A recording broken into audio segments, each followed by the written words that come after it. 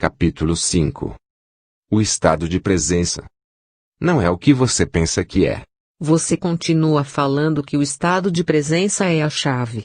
Acho que compreendo a ideia mentalmente, mas não sei se alguma vez vivenciei esse estado. Imagino que seja. É do jeito que eu penso ou é algo completamente diferente? Não é o que você pensa que é. Não podemos pensar sobre a presença nem a mente pode entendê-la. Compreender a presença está presente. Faça uma experiência rápida. Feche os olhos e diga, imagino qual será o meu próximo pensamento. Depois fique bem alerta e espere pelo próximo pensamento. Haja como um gato espreitando o buraco do rato. Que pensamento será que vai sair do buraco do rato? Experimente já. Pausa.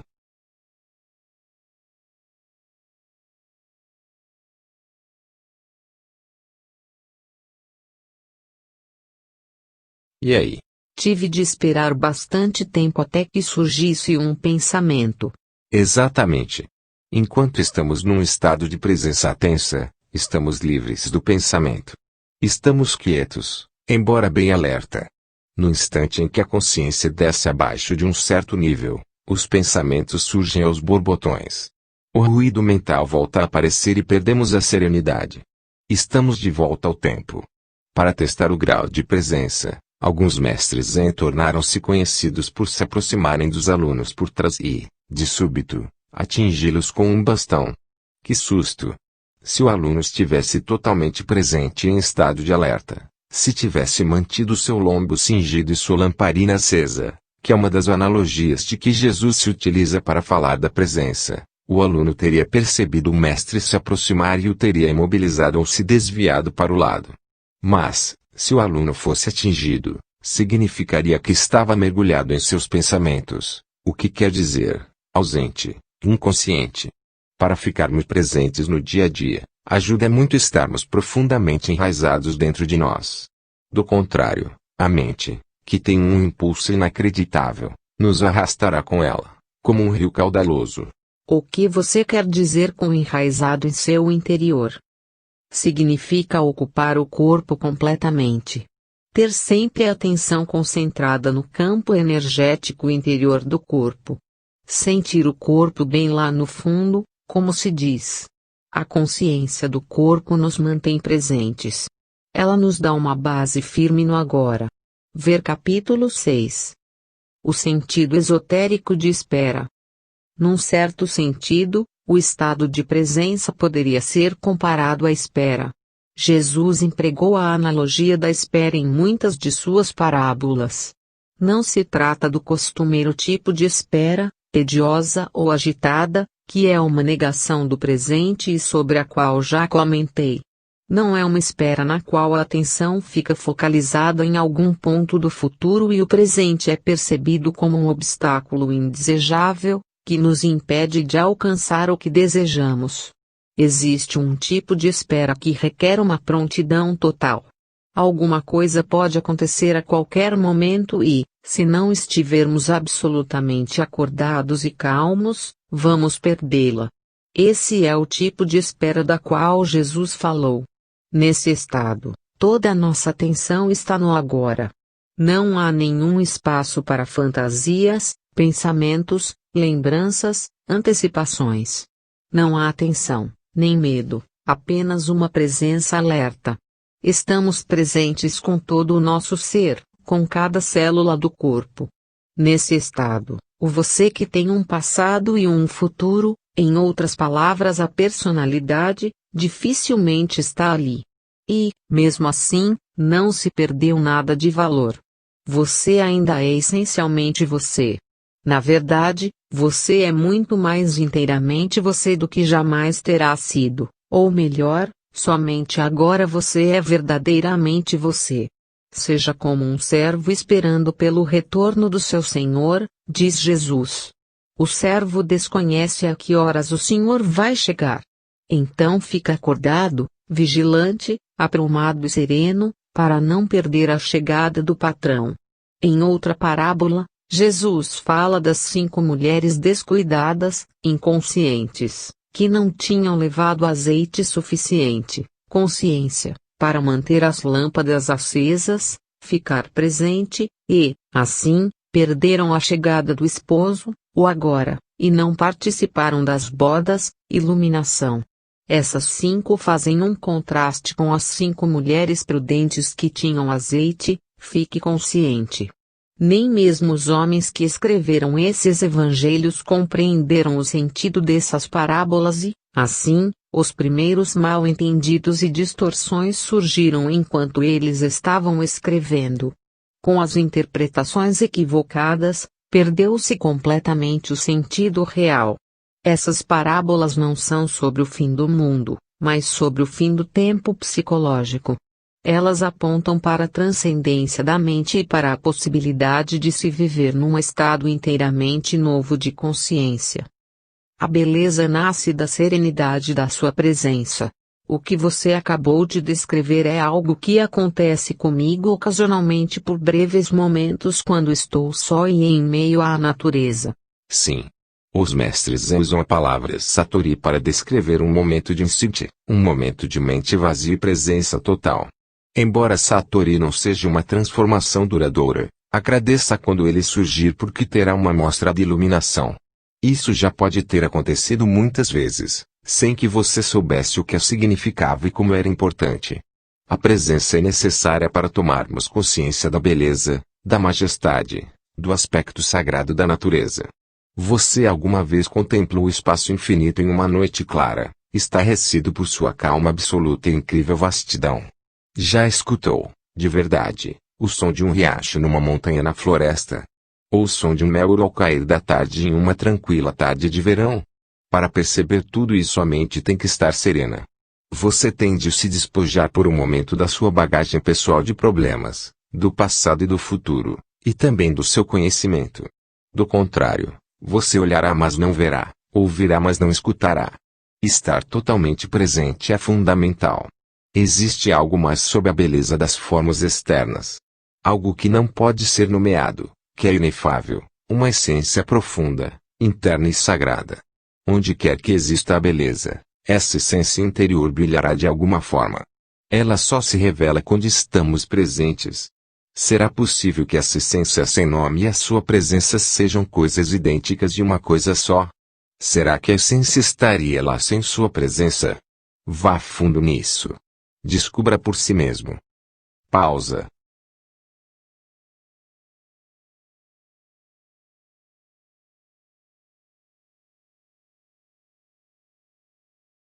Quando você vivenciou esses momentos de presença, provavelmente não percebeu que, por breves instantes, esteve em um estado de mente vazia.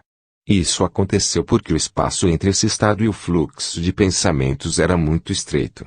O seu satori pode ter demorado só uns segundos antes que a mente surgisse, mas ele esteve lá. Do contrário, você não teria vivenciado a beleza. A mente não pode reconhecer, nem criar a beleza. Por alguns segundos, enquanto você esteve completamente presente, aquela beleza ou algo sagrado esteve lá. O pequeno espaço, sua falta de vigilância e a falha no estado de alerta impediram que você visse a diferença fundamental entre a percepção, a consciência da beleza sem pensamento, e a nomeação e interpretação disso como um pensamento. O espaço de tempo foi tão pequeno que pareceu ser um simples processo. No entanto, a verdade é que, no momento em que o pensamento surgiu, tudo o que lhe restou foi uma lembrança dele.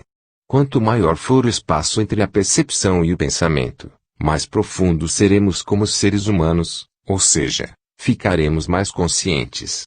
Muitas pessoas estão tão aprisionadas em suas mentes que a beleza da natureza não existe para elas.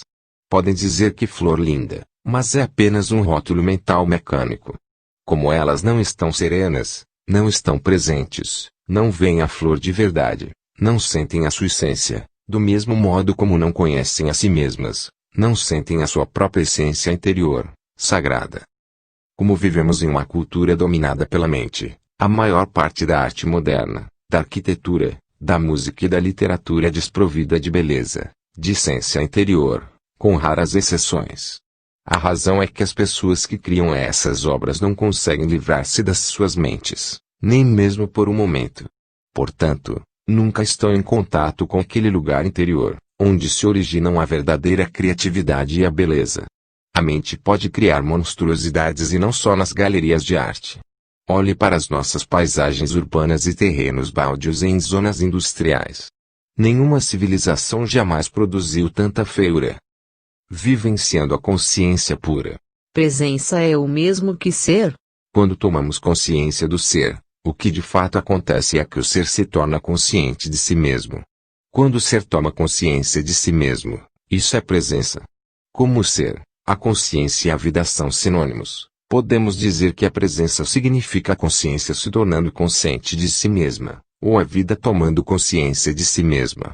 Mas não se apegue às palavras e não se esforce para entendê-las.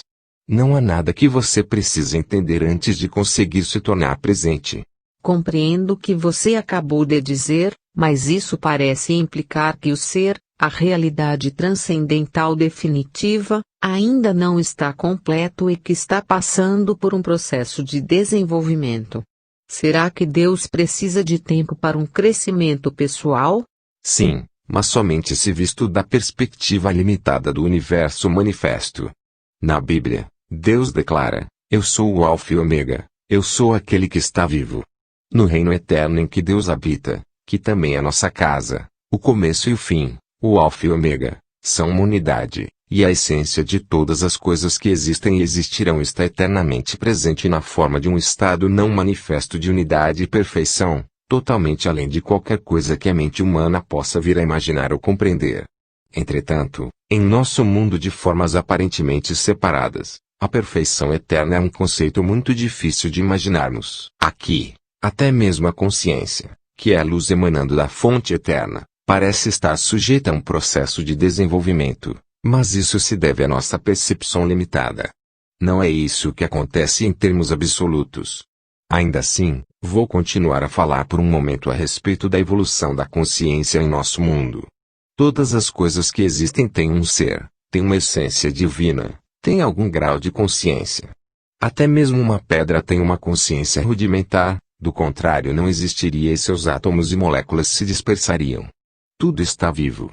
O sol, a terra, as plantas, os animais, as pessoas, todos são expressões da consciência em níveis variáveis, a consciência se manifestando como forma. O universo desponta quando a consciência toma um corpo e uma forma, formas abstratas e formas materiais. Olhe para os milhões de formas de vida só neste planeta. No mar, na terra, no ar e, em seguida, como cada forma de vida se reproduz milhões de vezes. Com que propósito?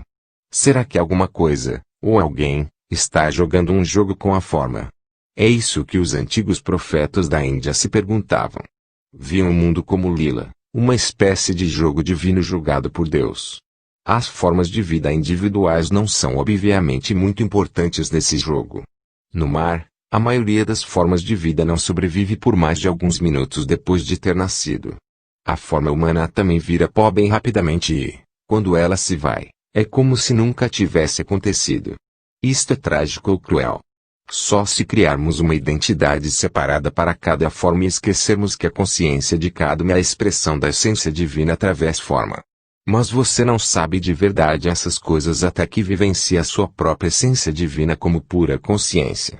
Se um peixe nasce no seu aquário e você lhe dá o nome de John, escreve uma certidão de nascimento, conta-lhe a história da família dele e, 2 minutos depois, o vê sendo engolido por um outro peixe, isso é trágico. Mas só é trágico porque você projetou um eu interior separado onde não havia nenhum. Você se apoderou de uma fração de um processo dinâmico, uma dança molecular, e fez dela uma entidade separada. A consciência assume formas tão complexas para se disfarçar que acaba se perdendo completamente nelas. Nos dias atuais, a consciência está totalmente identificada com seu disfarce. Só se conhece como forma e assim vive com medo da destruição da sua forma física ou psicológica. Essa é a mente egóica, e é aqui que surge uma grave disfunção. Agora parece que alguma coisa deu errado em algum ponto ao longo da linha da evolução. Mas mesmo isso é parte da lila, o jogo divino. Por fim, a pressão do sofrimento criada por essa aparente disfunção obriga a consciência a se desidentificar da forma e a faz despertar do sonho da forma. Ela recobra sua autopercepção, mas num nível muito mais profundo do que quando a perdeu. Esse processo é explicado por Jesus na parábola do filho pródigo, que deixa a casa paterna, esbanja sua fortuna, vira um mendigo e então é forçado por suas provações a voltar para casa. Ao chegar, seu pai o ama mais do que antes. O estado do filho é o mesmo que anteriormente, ainda que não o mesmo. Tem agora uma dimensão adicional de profundidade. A parábola descreve uma trajetória a partir de uma perfeição inconsciente, passa por uma aparente imperfeição e demonismo, até chegar a uma perfeição consciente. Você consegue perceber agora a profundidade e a grandeza de se tornar presente como observador da sua mente.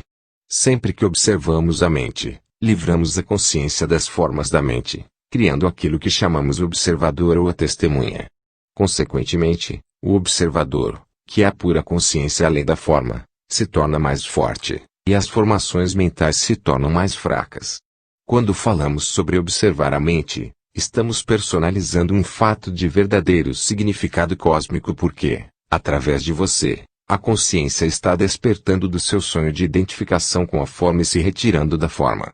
Isso é o prenúncio, e também parte, de um acontecimento que provavelmente ainda está num futuro distante, no que diz respeito ao tempo cronológico. Esse acontecimento é conhecido como o fim do mundo. Pausa.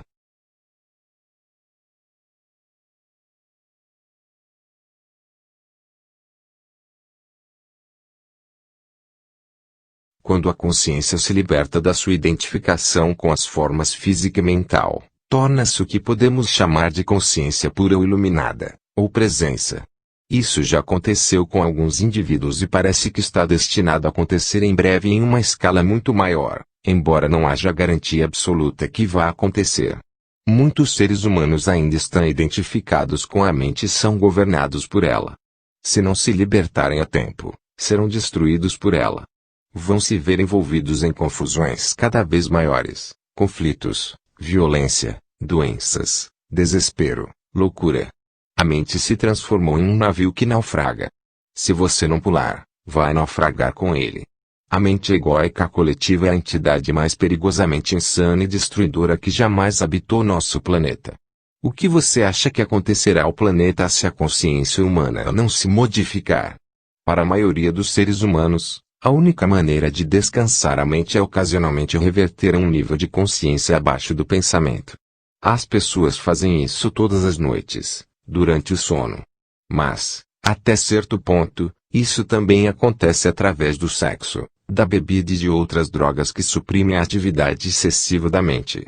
Se não fosse pela bebida, por tranquilizantes e antidepressivos, bem como pelas drogas ilegais, todas consumidas em grandes quantidades, a insanidade das mentes humanas seria até mais óbvia do que já é. Acredito que, impedida de usar drogas, uma grande parte da população se transformaria num perigo para ela mesma e para os outros. Essas drogas mantêm as pessoas paralisadas dentro da disfunção.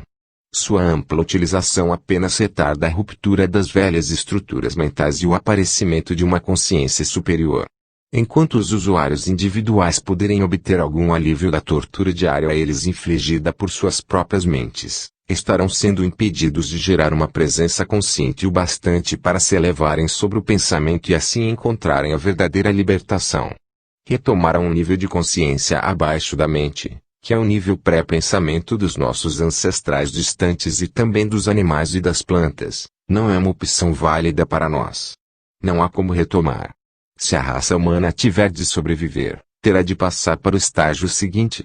A consciência está se desenvolvendo por todo o universo através de bilhões de formas. Portanto, mesmo se não conseguirmos, não terá a menor importância numa escala cósmica. Nunca se perde um avanço na consciência cósmica, ele simplesmente vai se expressar através de uma outra forma. Mas o simples fato de eu estar falando aqui e de você estar me ouvindo, ou lendo, é um sinal claro que uma nova consciência está ganhando espaço no planeta. Não há nada de pessoal nisso, não estou ensinando nada a você. Você está consciente e está prestando atenção. Há um ditado oriental que diz, o mestre e o ensinamento juntos criam ensino. Em qualquer caso, as palavras em si não são importantes. Elas não são a verdade, só apontam para ela. Falo num momento de presença e, enquanto falo, Você pode querer se juntar a mim nesse estado.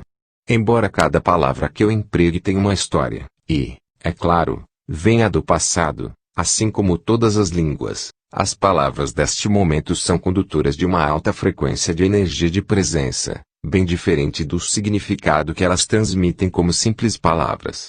O silêncio é um condutor até mais potente de presença, portanto, quando você ler estas palavras ou me ouvir dizê-las, perceba o silêncio entre e sob as palavras. Perceba os espaços. Ouvir o silêncio, onde quer que você esteja, é um caminho fácil e direto de tornar-se presente. Mesmo quando há barulho, há sempre um pouco de silêncio sob e entre os sons. Ouvir o silêncio cria imediatamente uma serenidade dentro de nós. Só a serenidade dentro de nós percebe o silêncio lá fora. E o que é serenidade senão a presença, a consciência livre das formas de pensamento? Eis aqui a realização exata do que venho falando. Pausa.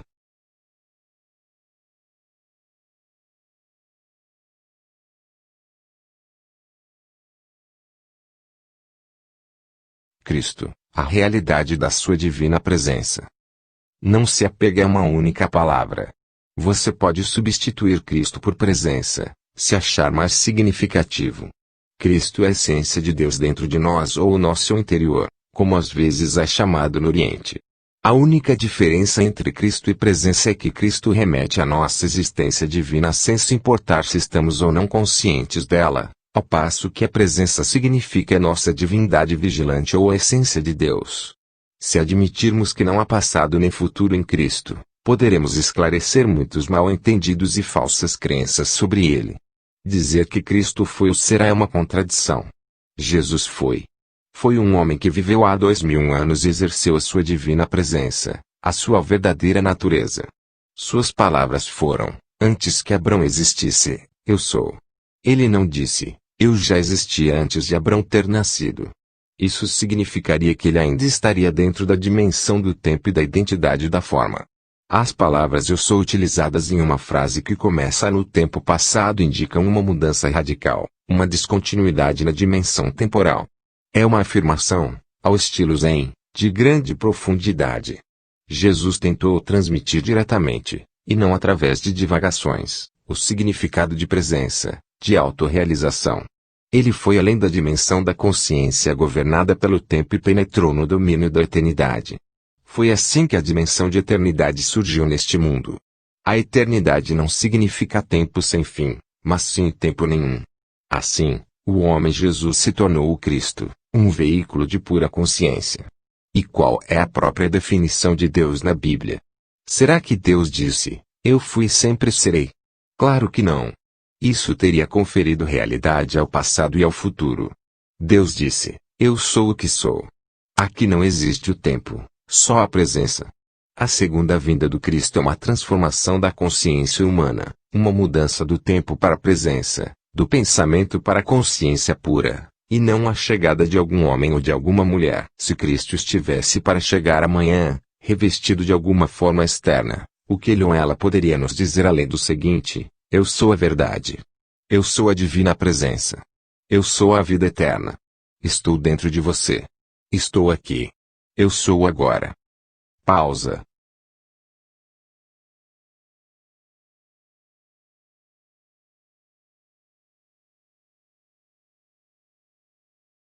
Nunca personalize Cristo. Não dê uma forma de identidade a Cristo. Avatares, mães divinas, mestres iluminados, os pouquíssimos que realmente são, não têm nada de especial como pessoas. Como não tem de sustentar o ego, defendê-lo ou alimentá-lo, são mais simples do que as pessoas comuns. Qualquer pessoa com um ego forte os olharia como insignificantes ou, mais provavelmente, nem os veria.